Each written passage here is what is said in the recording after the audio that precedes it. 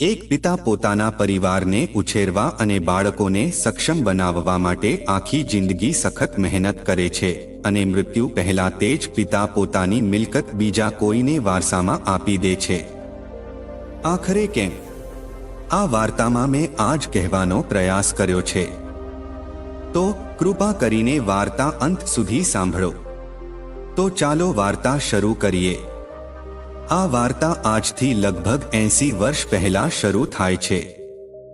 ઉત્તર ભારતના એક નાના ગામમાં એક સામાન્ય ખેડૂત પરિવારમાં એક છોકરાનો જન્મ થયો। તેમનું નામ રામદાસ રાખવામાં આવ્યું। ગામ સાદું હતું, માટીના ઘરો, શેરીઓમાં બળદોનો અવાજ અને ખેતરોમાં મહેનત કરતા ખેડૂતો। દરરોજ સવારે સૂર્યના પહેલા કિરણો ખેતરોમાં ચમકતા અને ગામનો દિવસ મંદિરના ઘંટના અવાજથી શરૂ થતો। આ એવો સમય હતો જ્યારે લોકો એકબીજાને જાણતા હતા। સંબંધો ફક્ત નામના આધારે નહોતા, પણ આત્માથી પણ જોડાયેલા હતા। રામદાસનો જન્મ એક સામાન્ય પરિવારમાં થયો હતો। તેમના પિતા રામપ્રસાદ ગામમાં એક આદરણીય વ્યક્તિ હતા। તે ખેડૂત હતો, પરંતુ તે જ સમયે ગ્રામ પંચાયતમાં તેમની સલાહને ખૂબ મહત્વ આપવામાં આવતું હતું। તેમની માતા ગાયત્રી દેવી એક ધાર્મિક મહિલા હતી, જે દરરોજ સવારે રામચરિત માનસનો પાઠ કરતી હતી અને પોતાના પરિવારની શાંતિ અને સુખ માટે ઉપવાસ કરતી હતી। રામદાસનું બાળપણ તેમના માતા પિતાના પ્રેમમાં વીત્યું, પણ આ સુખદ યાત્રા બહુ લાંબી ન ચાલી। જ્યારે રામદાસ માત્ર 8 વર્ષના હતા, ત્યારે તેમની માતાનું અવસાન થયું। આ તેના માટે પહેલો મોટો આંચકો હતો। માતાના ગયા પછી રામદાસનું જીવન બદલાઈ ગયું। પિતા એકલા હતા, તેમને ખેતી કરવી પડતી હતી અને ઘર ચલાવવાની ચિંતા પણ હતી। ધીમે ધીમે, ખૂબ જ નાની ઉંમરે, રામદાસને ખેતરોમાં પિતાને મદદ કરવી પડી। ઉનાળાના દિવસોમાં, જ્યારે બીજા બાળકો આંબાના ઝાડ નીચે રમતા હતા, ત્યારે રામદાસ તેના પિતા સાથે ખેતરો ખેડતો હતો।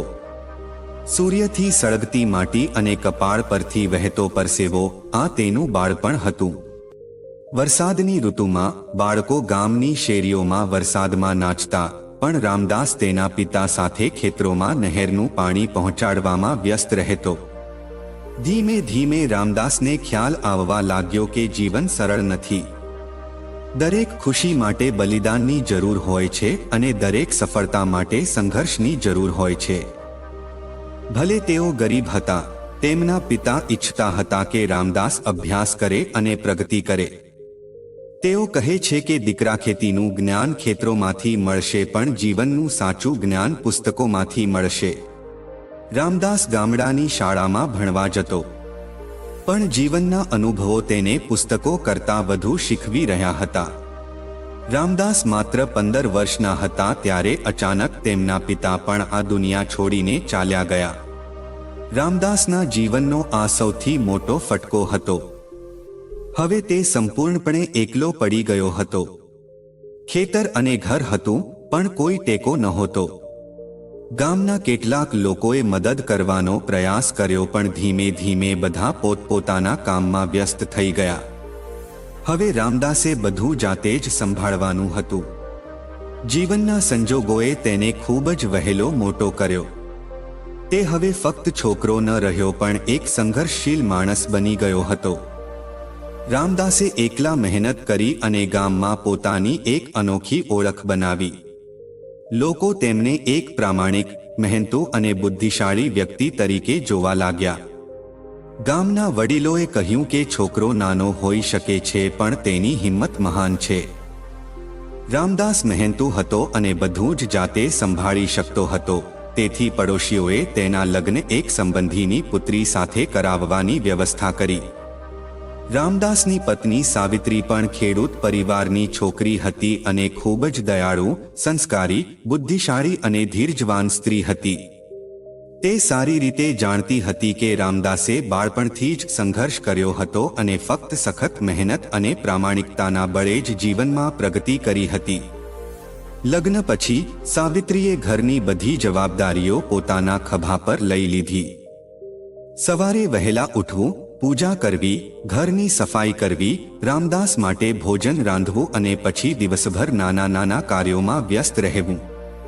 ધીમે ધીમે સમય પસાર થતો ગયો અને રામદાસના ઘરે 2 પુત્રોનો જન્મ થયો. જ્યારે તેમના પુત્રોનો જન્મ થયો ત્યારે રામદાસનું હૃદય આનંદથી ભરાઈ ગયું. તેને લાગ્યું કે હવે મારું જીવન પૂર્ણ થઈ ગયું છે. પણ જીવન હંમેશા એકસરખું રહેતું નથી. બાળકો મોટા થયા તેમ ઘરના ખર્ચા પણ વધતા ગયા. રામદાસની આખી મહેનત બાળકોનું પૂરું કરવામાં જ જતી રહેતી હતી અને તેઓ બાળકોના ભવિષ્યને ઉજ્જવળ બનાવવા માંગતા હતા. તે ઈચ્છતા હતા કે આપણા બાળકો ફક્ત સામાન્ય ખેડૂત ન બને પણ શહેરમાં જાય, સારું શિક્ષણ મેળવે અને મોટા માણસ બને. ધીમે ધીમે રામદાસે પોતાની ખેતીનો વ્યાપ વધાર્યો. તેઓ હવે પહેલા કરતાં વધુ મહેનત કરે છે. તેઓ અનાજ ઉગાડતા અને બજારમાં ઊંચા ભાવે વેચતા. સાવિત્રી પણ તેમને મદદ કરતી અને જરૂર પડે ત્યારે ખેતરોમાં પણ કામ કરતી. બંનેએ દિવસરાત મહેનત કરીને પોતાની આર્થિક સ્થિતિ મજબૂત બનાવી. જ્યારે બાળકો થોડા મોટા થાય છે ત્યારે તેમને સારા ભણતરની જરૂર હતી. રામદાસ માટે આ નિર્ણય સરળ નહોતો, પરંતુ તેઓ ઈચ્છતા હતા કે તેમના બાળકો ફક્ત ગામડા સુધી જ સીમિત ના રહે. તેઓ કહેતા કે ભણો અને મોટા માણસ બનો, જેથી મારા બાળકોને મેં જે પરિસ્થિતિ જોઈ છે તે ન જોવી પડે. બંને પુત્રોને ભણાવવા માટે તેમને શહેરમાં મોકલ્યા અને તેઓ ત્યાં ગયા અને થોડા વર્ષોમાં જ બંનેને અભ્યાસ પૂર્ણ કર્યા પછી શહેરમાં નોકરી મળી ગઈ. રામદાસ અને તેમની પત્ની ખૂબ જ ખુશ હતા કે હવે તેમને ખેતરોમાં વધુ મહેનત નહીં કરવી પડે અને હવે તેમનું જીવન શાંતિપૂર્ણ અને આરામદાયક બનશે.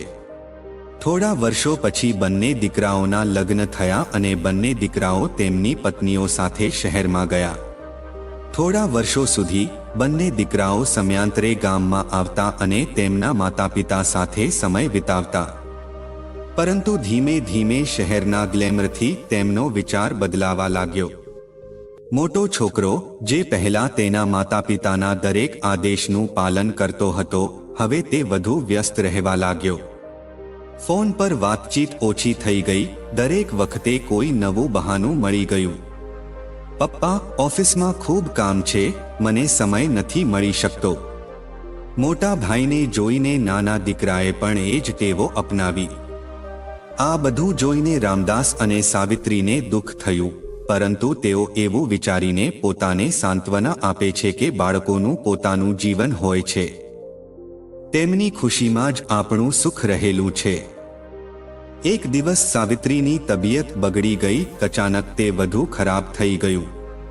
શરૂઆતમાં તેને લાગ્યું કે તે સામાન્ય નબળાઈ છે, પરંતુ જ્યારે તાવ અને નબળાઈ 3 દિવસ સુધી ચાલુ રહી ત્યારે રામદાસ ચિંતિત થઈ ગયા. ડોક્ટરે કહ્યું કે તેને શક્ય તેટલી વહેલી તકે શહેરની મોટી હોસ્પિટલમાં લઈ જવા પડશે.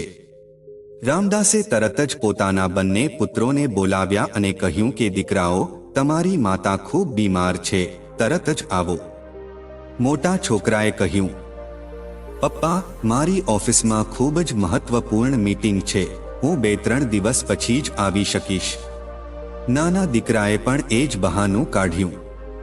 આ સાંભળીને રામદાસને પહેલી વાર ખ્યાલ આવ્યો કે તેના પુત્રો હવે તેના નથી રહ્યા. તે એકલો જ સાવિત્રીને હોસ્પિટલમાં લઈ ગયો. તેની સારવાર કરાવી અને બધું જ જાતે સંભાળ્યું. પણ થોડા મહિના પછી સાવિત્રીનું અવસાન થયું.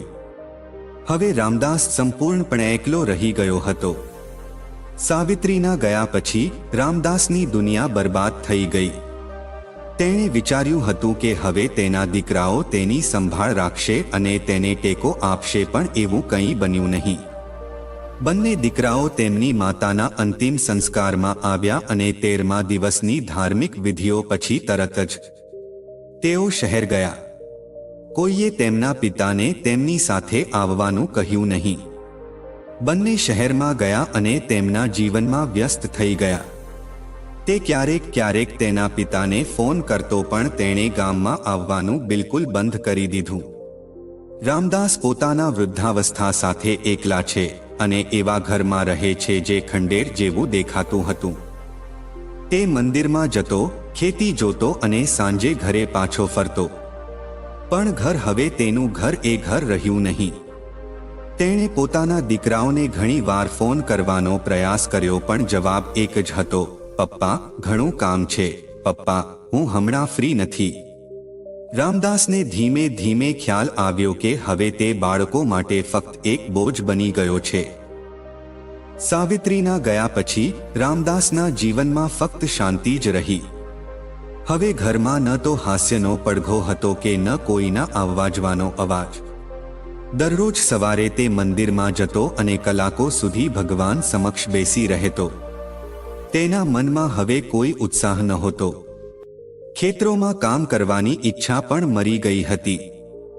સૌથી વધુ પીડા ત્યારે થઈ જ્યારે તે ઘરે પાછો ફર્યો જ્યાં સાવિત્રીનો અવાજ એક સમયે ગુંજતો હતો. હવે ત્યાં ફક્ત શાંતિ હતી. ગામના લોકોએ કહ્યું, રામદાસજી, તમારે તમારા દીકરાઓને બોલાવવા જોઈએ, તેઓ આવશે. પણ તેઓ જાણતા હતા કે હવે કોઈ આવશે નહીં. એક દિવસ રામદાસ મંદિરની બહાર બેઠા હતા ત્યારે તેમણે રસ્તાની બાજુમાં એક છોકરાને બેઠેલો જોયો.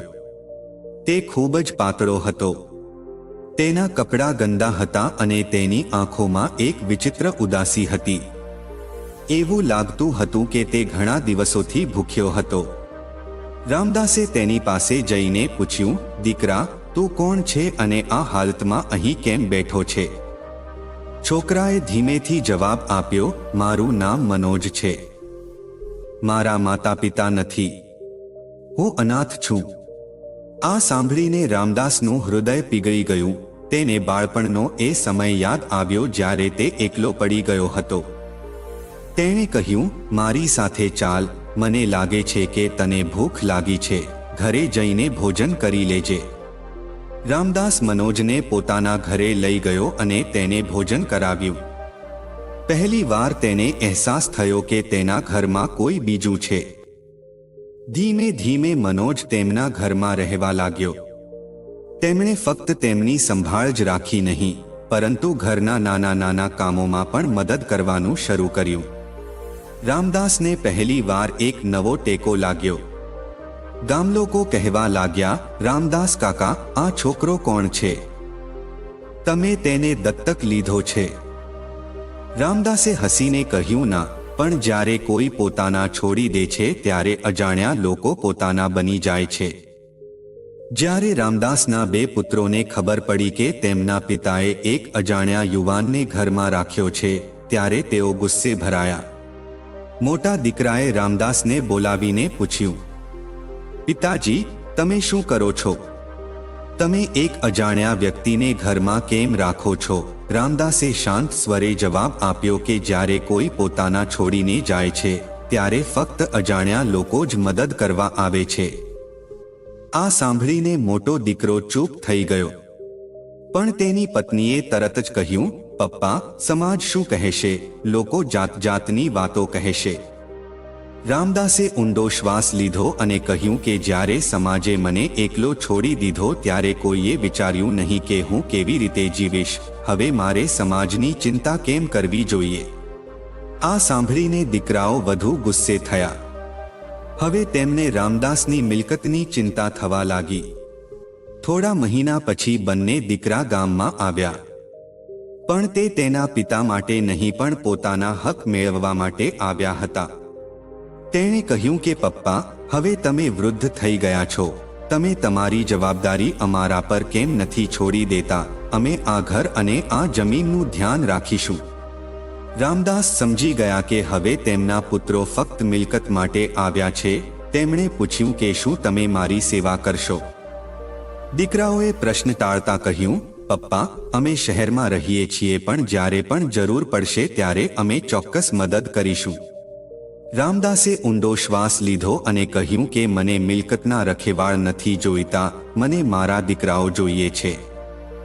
આ પછી તેણે એક મોટો નિર્ણય લીધો. બીજા દિવસે રામદાસે પંચાયત બોલાવી અને જાહેરાત કરી કે તેના પુત્રો તેની મિલકતના વારસદાર નહીં બને. મને ટેકો આપનાર હું પોતે જ બનીશ. આ સમાચાર આખા ગામમાં આગની જેમ ફેલાઈ ગયા. રામદાસના બંને પુત્રો ગુસ્સે થયા અને કહ્યું, પિતાજી, તમે અમને વારસદારમાંથી કાઢી મૂકો છો. રામદાસે શાંતિથી કહ્યું, ના દીકરા, તમે પોતે જ મને તમારા જીવનમાંથી કાઢી મૂક્યો છે. હવે રામદાસ એકલા નહોતા. તેણે મનોજને પોતાનો ટેકો બનાવ્યો હતો. જ્યારે રામદાસે પંચાયત સમક્ષ જાહેરાત કરી કે તેની મિલકત હવે તેના પુત્રોની નહીં પણ મનોજની રહેશે, ત્યારે આ સમાચાર આખા ગામમાં આગની જેમ ફેલાઈ ગયા. ગામમાં હોબાળો મચી ગયો. કેટલાક લોકોએ રામદાસને ટેકો આપ્યો તો કેટલાકે કહ્યું કે વૃદ્ધાવસ્થામાં એક માણસ પાગલ થઈ જાય છે અને તેણે પોતાના જ પુત્રોને મિલકતમાંથી કાઢી મૂક્યા. પણ રામદાસ હવે કોઈની પરવા કરતા નહોતા. તેમના જીવનનું સૌથી મોટું સત્ય એ હતું કે જેમને તેમણે પોતાના લોહી અને પરસેવાથી ઉછેર્યા હતા તેઓએ તેમને એકલા છોડી દીધા હતા. જ્યારે રામદાસના બંને પુત્રો પંચાયતમાંથી પાછા ફર્યા ત્યારે તેઓ ગુસ્સે ભરાયા. બંને રસ્તા દરમિયાન વિચારતા રહ્યા કે હવે આ વૃદ્ધ માણસ આપણી મિલકત બીજા કોઈને ટ્રાન્સફર કરશે, આપણે કંઈક કરવું પડશે. નાના દીકરાએ સલાહ આપી કે ભાઈ, આપણે કોર્ટમાં જવું જોઈએ, આપણે કાયદેસર રીતે આ મિલકતનો દાવો કરી શકીએ છીએ.